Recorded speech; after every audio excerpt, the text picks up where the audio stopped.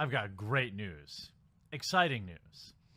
The crack journalists over at Polygon have decided to decode the toxic men of gaming. Now, I don't know why men in gaming feel so attacked and why they have this crazy victimhood complex.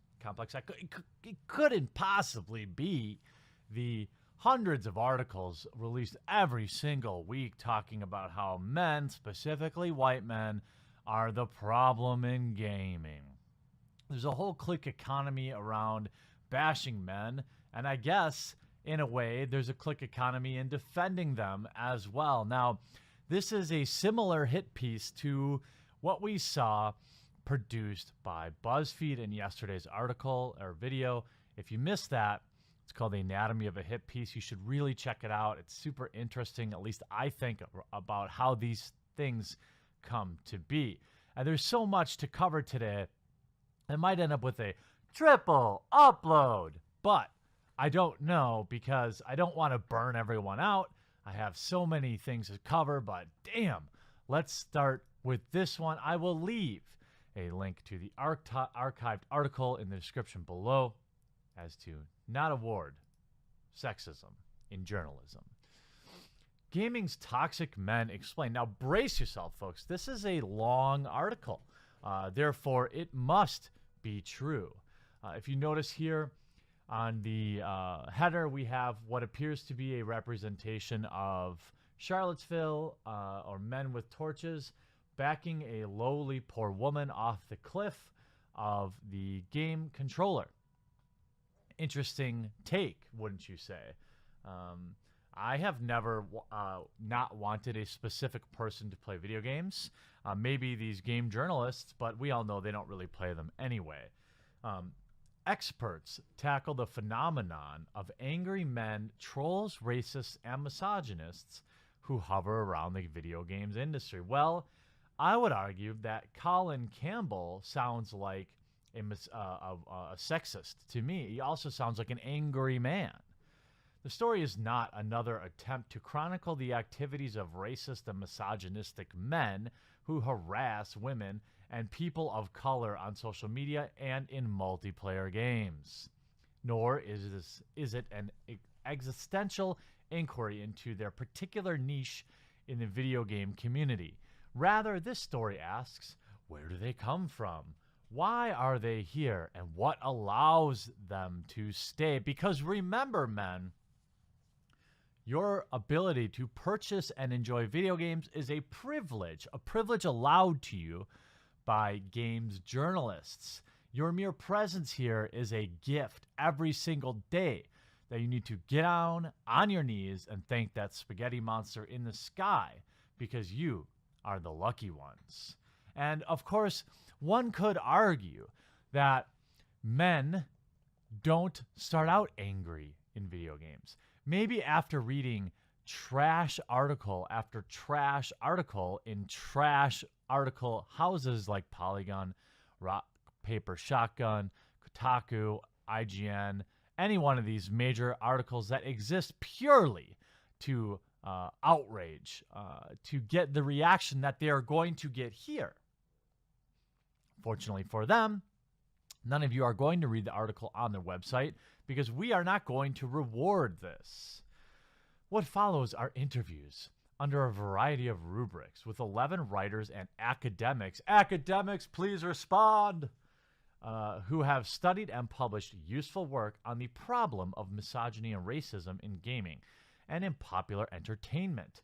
Most have experienced harassment and abuse from toxic gamers. So what they're saying is what we've done here is we've gathered a panel of people that already hate men or already are predisposed to having a negative opinion about men, and we've asked their opinion.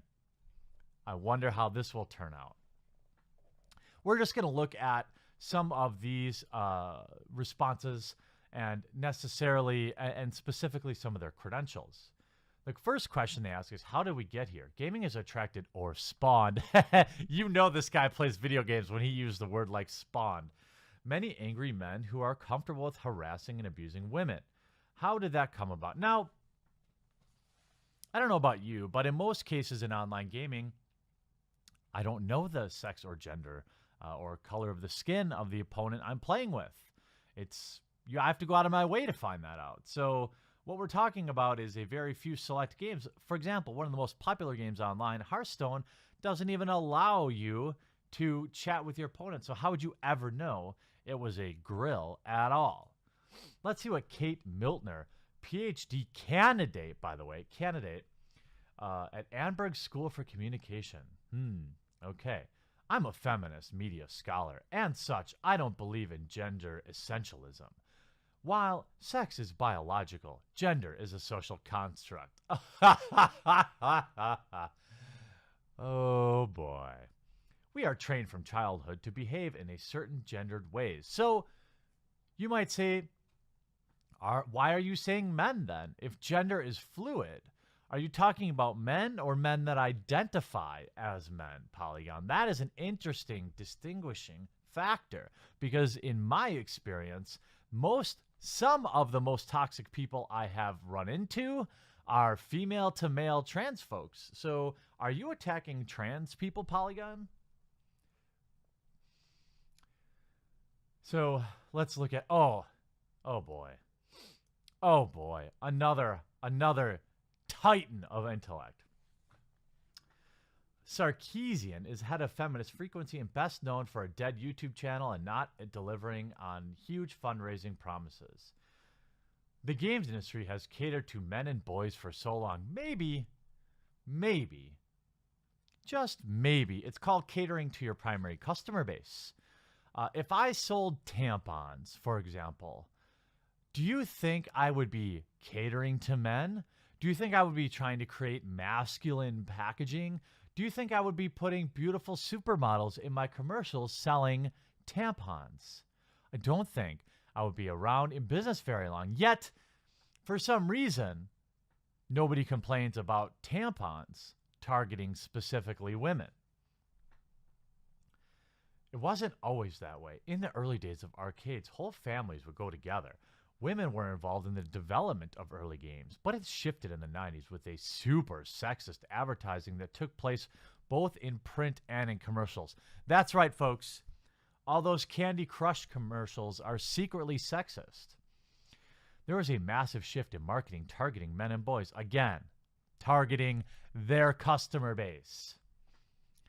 Dr. Kishona Gray, another titan of industry as an assistant professor in the Department of Communication and Gender and Women Studies. Okay, so another person that hasn't accomplished anything in their life. Women have been devalued in games. We see the sexualization of them in games. Sometimes they're subject to rape and abuse. When are they really subject to that? That is what is considered a case example, a 1 in a million games, but yet they hang on to that and then paint gaming and men as consumers of these games as the monsters. Video game culture has long been a boys' club for a very long time. Games marketed themselves into a corner by talking about themselves as being something for dudes by dudes. If you're going to back that up with an article to the Mary Sue, I'm going to go ahead and just move on to the next quote. Tom Avella is a YouTube creator whose focus is on the intersection between politics, gaming, and online toxicity. See, this should be me. As a teenager, Avella sympathized with Gamergate. My experiences with video games as a kid were positive, and I made some best friends through our shared interest in Pokemon, Mario Kart, and Call of Duty. When I was confronted with people on the YouTubes telling me what Sarkeesian was supposedly all about, what feminism supposedly wanted to do to video games, I was, of course, outraged. Gamers are afraid of change. No, my friend. You're talking about an industry that is excited for the newest video card to drop, that spend thousands of dollars on the newest, most cutting-edge PC technology to play their games. They are not afraid of change. They crave it. They crave new and groundbreaking video games, role-playing games, different experiences. We are the people that embraced VR, my friend. We do not fear change. We crave it. Why are objectionable opinions so common in gaming spaces? Well, one could argue that the opinions in this article are in fact quite objectionable. She is a managing editor at Feminist Frequency. Oh, okay, great. So of all the outlets, 2 come from the same trash, dead YouTube channel and dying shill foundation. When I first started at GameSpot, there were men, readers, who responded with comments literally saying that women should only exist in games media to be attractive to men. Yeah, that doesn't sound like a troll comment at all. That doesn't sound like a hilarious joke that you, of course, took seriously, thus completing the end goal of the troll. GameSpot had been betrayed by this idea hiring me.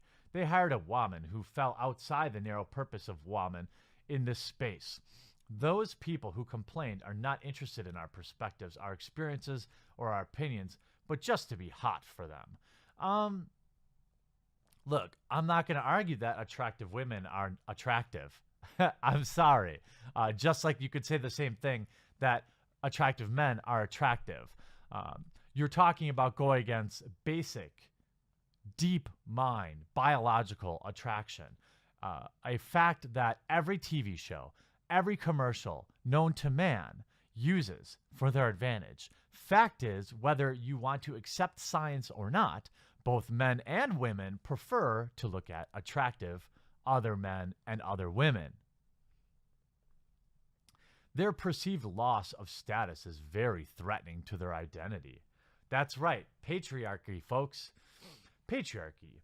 In the United States, there is such undeniable mutual construction of sexism and racism. It's possible for high-status white men to play off white high-status women and black men in a very complex but persistently effective ways. We see it over and over again. I think their perceived loss of status is very threatening to their identity. Yeah, who wouldn't want to be known as a gamer these days when every mainstream media article house or news outlet are constantly talking about toxic gamers? Who doesn't want to raise their hand in a room full of people and say they identify as a gamer?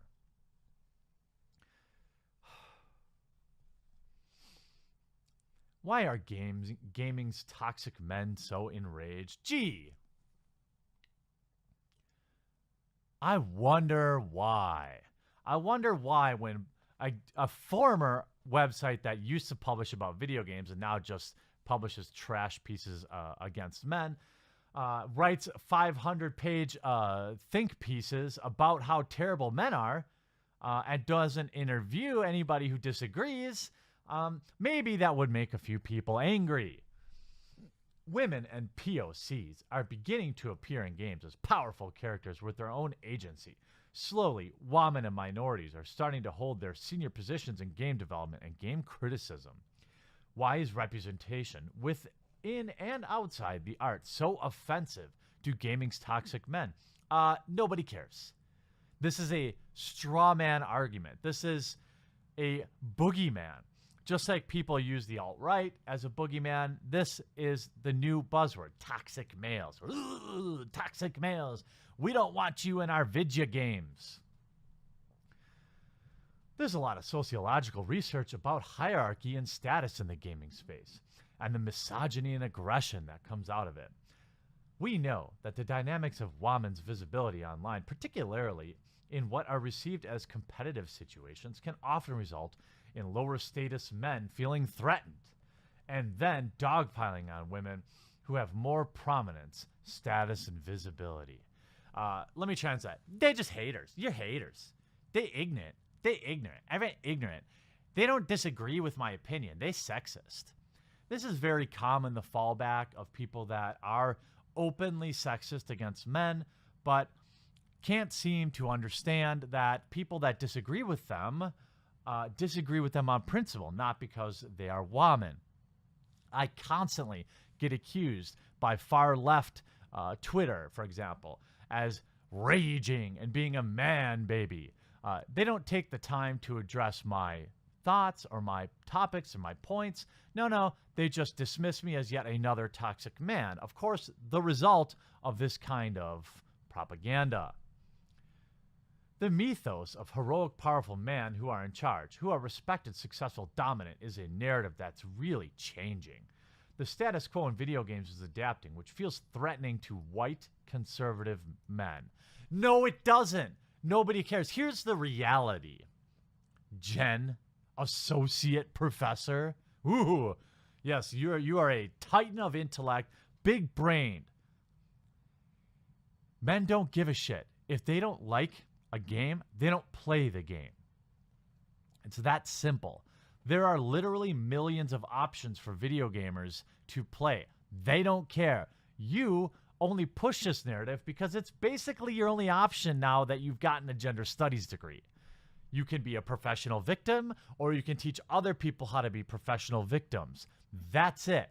That's the career path you chose. You aren't backing this up with any real factual evidence. You aren't interviewing anyone who disagrees with you. No, you're just writing clickbait to attack men. Why do so many men in gaming exhibit a persecution complex?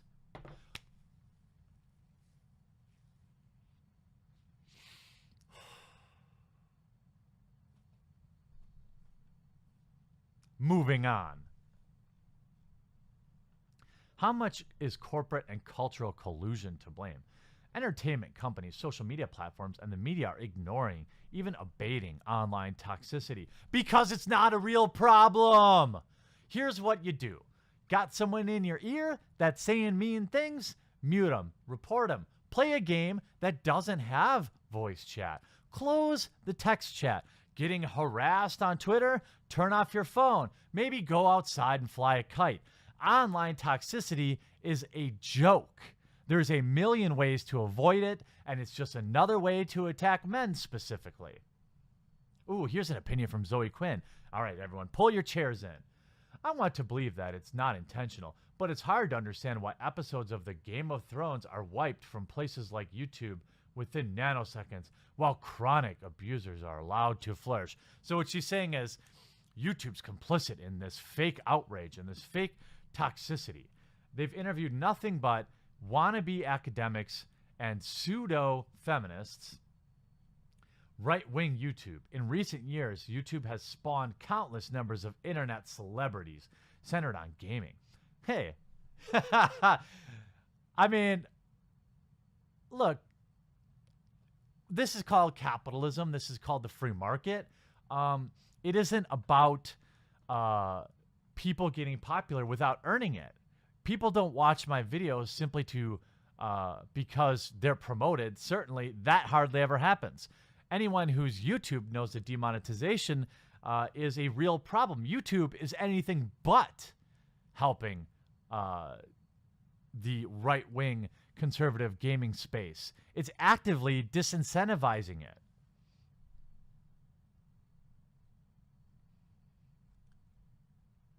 Anyway, how did organized brigades of harassers come to be formed? It's called the invention of Twitter. Basically, you could sum all of this up and just say, it's Twitter. That's what Twitter, nobody ever talks about it, but honestly, Twitter is genuinely toxic. It is the place for outrage mobs, by outrage mobs. Just get rid of it. Gaming's toxic men are the result of cultural confluences. Is this something that will pass? What can be done to diminish toxicity? Where do we go from here? Now let's hear what Anita Snarkeesian has to say. Developers have come up to me and said, you talked about my gaming or YouTube series. I messed up back then. I'm never going to do that again. They said that from the unemployment line. That's the best praise I can hear about my work. That's right. Forcing people to change their art to appease a tiny group of elites is really winning to Anita Snarkeesian. If we released tropes now, people wouldn't care as much. You never finished it! Never finished it. Compassion is essential for thinking about these issues. When I think about the boy who feels like a social outcast at school, that's hard. And I have sympathy for him. I understand his yearning for connection. Yeah, that's right. Thanks, Carolyn, for feeling bad for gamers, yet participating in a gigantic hit piece against gamers. Yeah, I'm going to go ahead and ignore your opinion.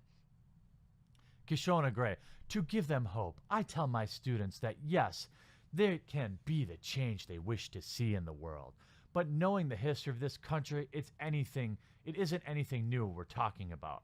So if I had to go on record, I'd rather be on record saying that yes, things are getting better. Yes, new technologies can help us call out when they see these injustices. And yes, we can be better informed and educated. What a pile of absolute garbage.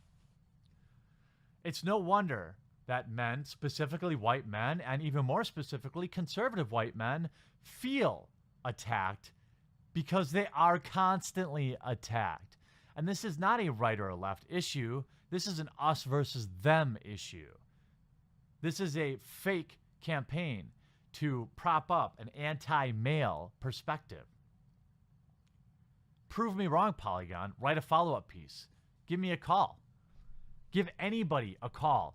Give anybody some room in this article, which is thousands of words, that disagrees with you.